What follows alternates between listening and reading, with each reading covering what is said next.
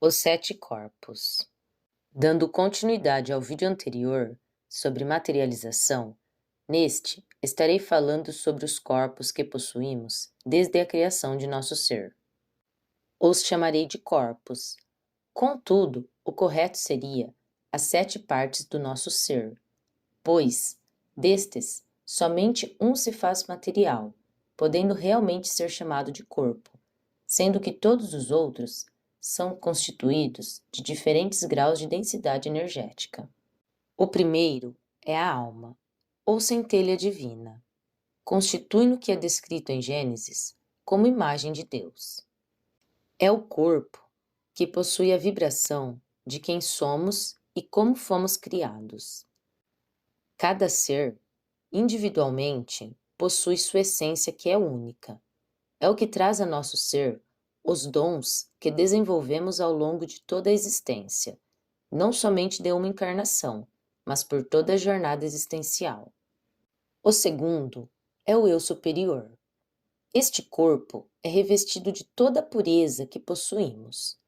Todos os dons passados a nós em nossa criação fica depositado neste, por tempo indeterminado até possuirmos sabedoria suficiente para acessar. Conforme evoluímos, vamos acessando ou acrescentando características a este. Contudo, é um corpo que nunca sofre decréscimo. Caso não tenhamos capacidades para utilizar, simplesmente não é permitido a conexão, independente de estarmos ou não encarnados. Desde que temos condições, é permitido o acesso. Todavia, é algo involuntário, podendo nos conectar e, por determinado ato, perdermos a conexão. Sendo de acesso restrito, somente a evolução e ações voltadas ao bem permite a junção com essa parte de nossa essência, podendo dizer que ela é protegida de nós mesmos. O terceiro é o eu inferior. Nele habita todo o mal que apresentamos, toda inveja, mesquinhez, desejo de vingança, sentimentos malignos. Tudo que é considerado destrutivo para o ser em sua totalidade. Este é o ego, e o que muitos chamam de superego. Enquanto não purificarmos este corpo, compreendermos e aprendermos a trabalhar de forma saudável cada sentimento que ele apresenta, não temos capacidade para acessar o eu superior. A sabedoria não entra numa alma maligna. Ela não habita num corpo devedor ao pecado. Sabedoria, capítulo 1, versículo 5. Alguns ficam por milênios presos neste estado de consciência, passando de encarnação a encarnação, mundo a mundo, somente acrescentando inferioridade a ele, não conseguindo purificar, somente e simplesmente aperfeiçoando a sua maldade. Aperfeiçoar ou não é uma opção individual. Todavia, quanto mais este se densifica, mais distante de Deus se coloca, podendo passar por diversos expurgos planetários. Até que, por conta do sentimento de incompletude e por passar por muito sofrimento, o ser começa a desabrochar, encontrando um caminho extremamente árduo pela frente para poder fazer a purificação dos males que causou a si e aos outros. Também, a purificação deste corpo nunca é feita em uma única encarnação. Pelo contrário, é o primeiro trabalho que damos início assim que ganhamos consciência e inteligência. Sendo então que o desenvolvimento com essa parte de nosso ser se inicia assim que ganhamos a vida. Se será um caminho longo ou curto, varia de acordo com o grau que este se deixou dominar pela maldade. O quarto é o corpo material, que é o que usamos como vestimenta quando estamos encarnados, somente sendo utilizado na matéria densa. Muitos vivem como se este fosse o único que realmente importa, quando na realidade é o menos importante. Quando desencarnamos, ele simplesmente se desfaz, pois já não possui mais nenhuma serventia. Assim, se faz necessário buscar sempre coisas elevadas. Quanto mais insistimos em conquistas materiais, mais nos afastamos de Deus. Temos sempre de ter a certeza de que tudo quanto se fizer necessário, Deus proverá.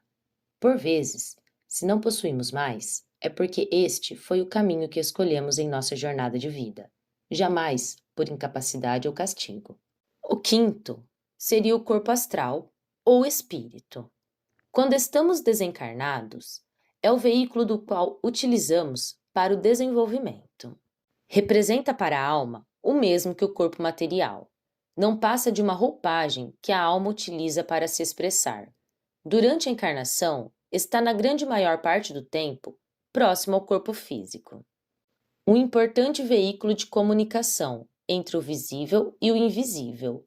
Dele provém a intuição e tudo o que trazemos do mundo espiritual. Este é o corpo que utilizamos para nos comunicar com outros seres, independente de estar encarnado ou desencarnado.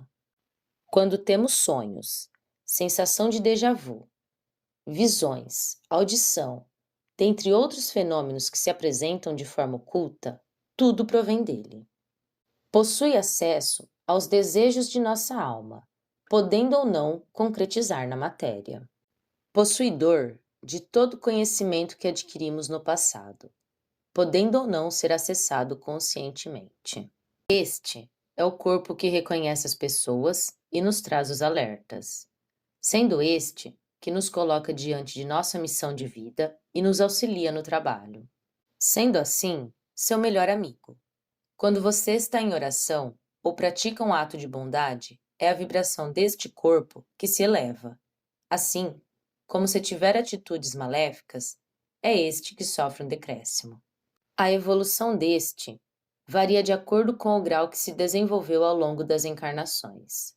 Quando alguns estudiosos falam sobre a cor da aura, na verdade, está se referindo à vibração que este corpo possui. O sexto é o corpo mental, possivelmente o mais complexo e mais importante de todos durante a evolução. Este é o que torna possível todas as conquistas. Quando sofremos qualquer mal, sempre é o primeiro que sentirá o impacto.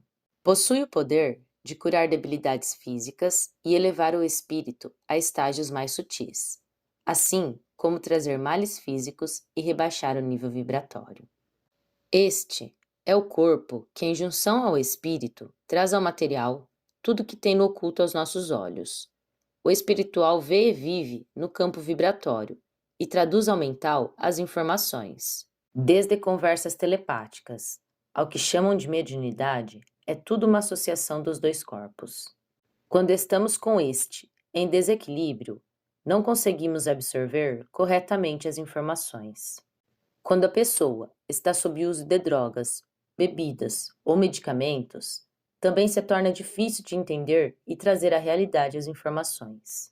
Assim, se faz necessário, antes de aceitar um diagnóstico de um psiquiatra ou psicólogo, ter a certeza que você realmente possui um problema, ou se são suas capacidades espirituais tentando se manifestar.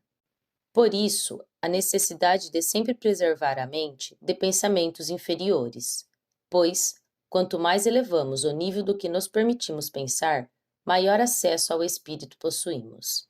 Todos os nossos atos e pensamentos passam por este corpo. Independente de qualquer fator externo, no fim, é ele quem comanda a vida material. Não possui uma forma definida.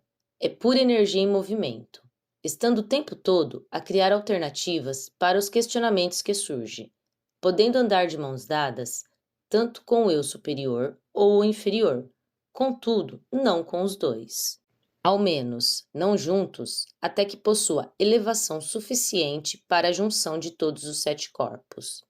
Pois, quando purificamos o eu inferior, os pensamentos pequenos já não nos afetam mais, somente existindo para reconhecer as situações e não mais para influenciar negativamente. Neste corpo, guardamos todos os traumas, assim como os bons momentos do passado vivido ao longo das encarnações. Todas as lembranças estão em algum lugar acessível ao campo mental, trazendo à tona quando acionado algum gatilho do qual traz prejuízo ao momento atual. A ferramenta mais importante para a jornada da alma. Como eu inferior, este corpo necessita de purificação e educação, pois é ele que traz vida a todas as imperfeições e perfeições que a matéria já conheceu. Desde guerras a pessoas bondosas, este é o veículo que torna tudo possível. Quando Deus deseja se fazer presente na vida material de uma pessoa, é através deste corpo que ele se expressa. Esta consciência é o que torna possível a purificação do eu inferior. Enquanto o campo mental é o veículo que traz à realidade o que pensamos e desejamos, o eu inferior traz as sugestões que nos conduz a ficarmos presos em dilemas de pouca importância. O ego demonstra a necessidade de dominar todos os outros corpos, através da maldade, dor ou sentimento de importância. Sempre se colocando acima de tudo e todos, o ego seria como a pedra de tropeço de todas as pessoas. Quando digo dor, nem estou a me referir a que causamos no próximo, e sim a nós mesmos. Por vezes, passamos por situações traumáticas que deveria ser só passageira, e gastamos anos, décadas e até vidas para conseguir superar aquele trauma que já nem tem sentido. Muitos possuem medos que simplesmente não têm explicações. É porque este traz à mente lembranças de algo que trouxe sofrimento e assim trava a vida da pessoa. Quando você simplesmente poderia se desprender de um sentimento que não existe razão em existir, mas fica lá, preso, não conseguindo superar. Tudo isso é o campo mental e o eu inferior caminhando juntos para te manter estagnado. Assim como armazena todo o conhecimento que adquirimos ao longo dos milênios, aqui é onde consiste todas as experiências de encarnações passadas unidas às do espírito, quando estava desencarnado. Para a elevação espiritual, esse corpo necessita de total equilíbrio. Através das experiências que esta essência possui, podemos, através das dores e decepções, aprender e nos corrigir. Todavia, quando permitimos que ele seja dominado pelo ego, o ser se torna mau, dificultando a purificação. Quando chega a esse estado, o indivíduo não sente dor. O prazer em proporcionar o desconforto no outro é o que passa a mover este. Quando chega a tal ponto, o espírito começa a sofrer influências ao encarnar e passa a apresentar deformidades, para que através da dor ele possa restituir sua verdadeira essência pouco a pouco. Todavia, quero abrir uma observação para não ser mal compreendida. Nem todas as pessoas que possuem deformidades carregam a maldade no ser. Muitos casos que reencarnam assim são missionários. Através de seu exemplo de superação ou abnegação, ele consegue ajudar a outros. Existem os casos que o próprio espírito pede para passar pela experiência para que possa aprender novas lições. Assim, se faz necessário que nunca julguemos a ninguém, pois a nós não foi concedido esse direito, e com a mesma medida que julgarmos, seremos julgados. Entrego somente os ensinamentos dos quais a espiritualidade trouxe para que todos possam obter uma maior compreensão. Existem os casos que a deformidade vem para que possa expurgar males que demoraria séculos, tornando cada caso individual a cada ser. Somente Deus ou a própria consciência pode responder cada caso é qual. Quando o ser se torna maléfico a si e aos outros, e não existe mais como a espiritualidade elevada auxiliar, este fica sem opção e pode apresentar variados níveis de deformidade física e mental. Estes são os casos onde Deus retira o livre-arbítrio para o bem de todos os que estão inseridos em seu meio social, fazendo assim com que outros não se prejudiquem por sua maldade. Com este corpo, fazemos a ponte entre o espiritual e o material. Através dele, realizamos as materializações. Na própria encarnação, é este quem dá forma ao novo feto e as características que estarão em destaque ao longo da vida. Claro que existem características que são genéticas, porém, nesse contexto, existe uma aproximação familiar através da necessidade do que será mais importante para o desenvolvimento de cada qual. Nunca nascemos na família que nascemos por acaso. Quando alguém passa pelo que chamam de obsessão espiritual, é por esse corpo que ela se manifesta, trazendo as influências do oculto para o material. Se uma pessoa apresenta culpabilidade na consciência, é porque Deus tocou de alguma forma nesse campo, consciente ou inconscientemente. Aqui ele traz à tona o que fez de errado, passando a refletir sobre seus atos, sendo este a maior ferramenta para que ocorra a justiça kármica ou a justiça divina. Justiça kármica é quando conscientemente um ser sabe que fez algo de errado a outro e inconscientemente aceita passar por situações difíceis para poder expurgar seus erros. Assim, em meio às dores e dificuldades, aprende a respeitar os outros. Justiça divina é quando, apesar de estar consciente de ter errado, a pessoa teima em não reconhecer seus erros e continua com a mesma postura, machucando e ferindo o próximo. Então, de uma forma involuntária, aquele tem a necessidade de pagar o mal causado a determinada pessoa ou à sociedade, que não merecia aquele tratamento. Antes de haver justiça divina, um indivíduo sempre é alertado pela mais alta espiritualidade para corrigir seus erros. Todavia, se este continua em não mudar de postura, é a própria divindade quem constitui a ordem para que pague de forma involuntária. E neste caso, a pessoa não tem opção. O arrependimento já não irá libertar de uma colheita amarga. Não existe argumento ou forma material de compensação. Este pagará da maneira que Deus determinar. Quando pagamos algo por justiça kármica, sempre é de uma forma mais suave, pois houve a compreensão e aprendizado. Já na justiça divina, ainda não. Para que Deus haja dessa forma, sempre existem limites traçados. Deus é bom e sempre espera pelo arrependimento de todos. Então, todas as formas que a espiritualidade tem para mostrar à pessoa seus erros é utilizado. Vemos milhares de pessoas praticando a maldade e aos olhos de todos nada acontece. Mas no oculto, Deus sempre está agindo. Todavia, vez aqui ou ali, ficamos sabendo de alguém que caiu de uma forma que provavelmente jamais se levantará. Pois, quando Deus entra no campo mental de uma pessoa, sua presença se faz muito forte. Quando é para abençoar, este se levanta rapidamente, e quando é para a lição, nada impede a queda. Por último, o sétimo corpo, mas de longe o menos importante. Este corpo é o que podemos chamar de nossa semelhança com Deus.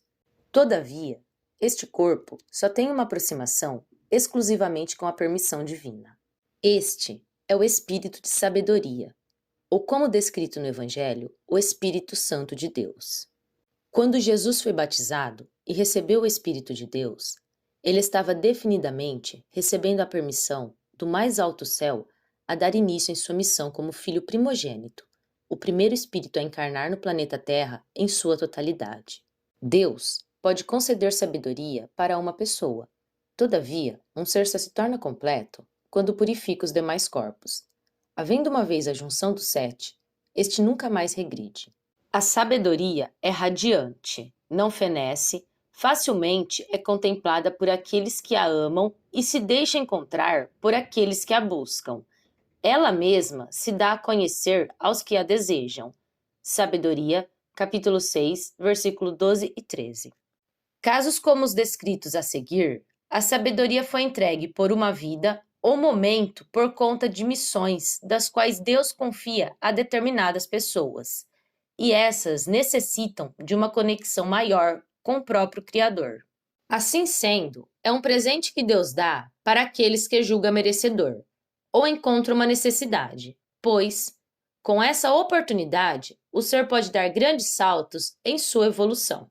Quando estamos em total comunhão com Deus, não necessitamos de intermediários. Obtemos um acesso direto com o Criador, e aquele sabe exatamente o que tem de ser feito, sem dúvidas ou receios. Em Números, capítulo 24, versículo 1 e 2, temos um exemplo de como se porta uma pessoa que foi tocada pela sabedoria divina. Balaão percebeu então que Iavé se comprazia em abençoar Israel. Não foi como das outras vezes, em busca de presságios, mas voltou a face para o deserto. Levantando os olhos, Balaão viu Israel acampado, segundo suas tribos. O Espírito de Deus veio sobre ele e ele pronunciou seu poema. Balaão não era um servo de Deus. Servia a outros deuses na terra de Canaã. Todavia, naquele momento, para o povo de Israel, era necessário que Deus se pronunciasse, pois Balaão havia sido chamado para os amaldiçoar. E o que ocorreu foi que Deus se fez presente para então aquele que ali estava para a maldição trouxesse bênçãos. Em Atos dos Apóstolos, capítulo 2, versículo 2 a 4, vemos um exemplo de quando Deus quer mostrar que está presente. De repente, veio do céu um ruído, como o agitar-se de um vendaval impetuoso, que encheu toda a casa onde se encontravam. Apareceu-lhes então línguas como de fogo, que se repartiam e que pousaram sobre cada um deles. E todos ficaram repletos do Espírito Santo, e começaram a falar em outras línguas, conforme o Espírito lhes concedia se exprimirem.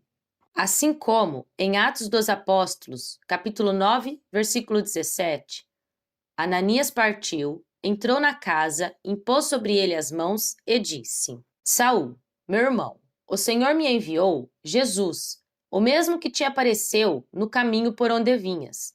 É para que recuperes a vista e fiques repleto do Espírito Santo. Em todo o Evangelho, temos vários relatos de pessoas que receberam a bênção da sabedoria pelas mãos daqueles que seguiam os mandamentos de Jesus através do batismo. Os batismos, que são realizados desde os primeiros cristãos, não são os mesmos. Não podemos dizer que padres e pastores que não servem à verdade possam trazer o maior poder de Deus para uma criatura. Todavia, segundo a vontade de Deus, qualquer um pode receber, mesmo sem nenhum intermediário, pois quem entrega é o próprio Deus. Sendo assim, de todos os corpos que possuímos, somente um é tangível, que é o corpo material. O corpo mental, que com a frequência da vibração pode tornar coisas irreais em materiais, que é o caso dos médiuns de efeito físico e os de ectoplasma. Todos os outros são corpos sutis, estado energético que não possui materialidade. O que chega mais próximo de uma materialidade é o corpo espiritual. Todavia, esse com a evolução do ser vai perdendo a densidade e tornando somente vibração. Os outros são somente estados de vibração de quem somos. Quando o mundo, por um todo, conquistar a evolução, todos os corpos, inclusive o material, irá se tornar mais sutil. E assim, vamos nos tornando mais completos, unindo um todo na grande família universal, nos tornando perfeitos e em total comunhão com Deus. No próximo vídeo, estarei trazendo um estudo do Gênesis, o início da criação com relação à energia criadora. Se gostou, deixe seu like e siga o canal para receber as notificações dos novos vídeos. Obrigada por ficar até aqui. Até o próximo!